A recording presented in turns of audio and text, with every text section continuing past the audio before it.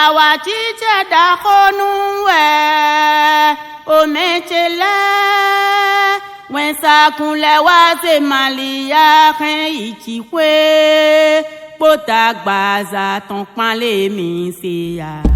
malia ichikwe wensa kunle wa se isekwe awatite dakonu we ometele wensa kunle wa se malia kan ichikwe pota gbaza ton panle mi se ya malia ichikwe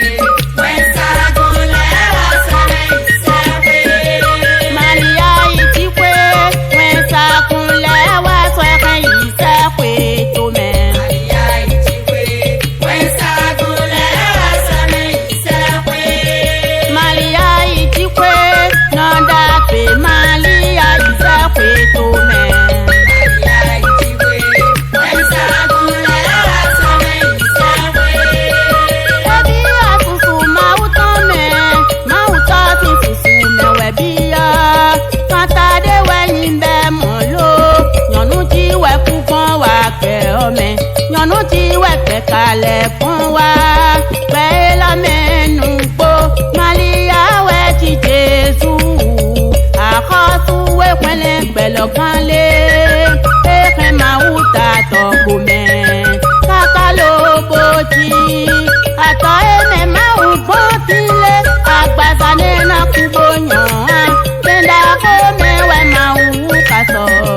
malia do mi mamo malia onu dudo we peto we nyimi dokun choboka no peji bowa aso e mau swele bi sese sisi donu mau tonu sise me we wa sole debo mau kana tete toto agbata tona yodo yo me mau tu e pero to se me sa kula to ba ye wa sa gbaza ton kaka ke ise pe to me lo be yin ye pe do lo aka fi sa pe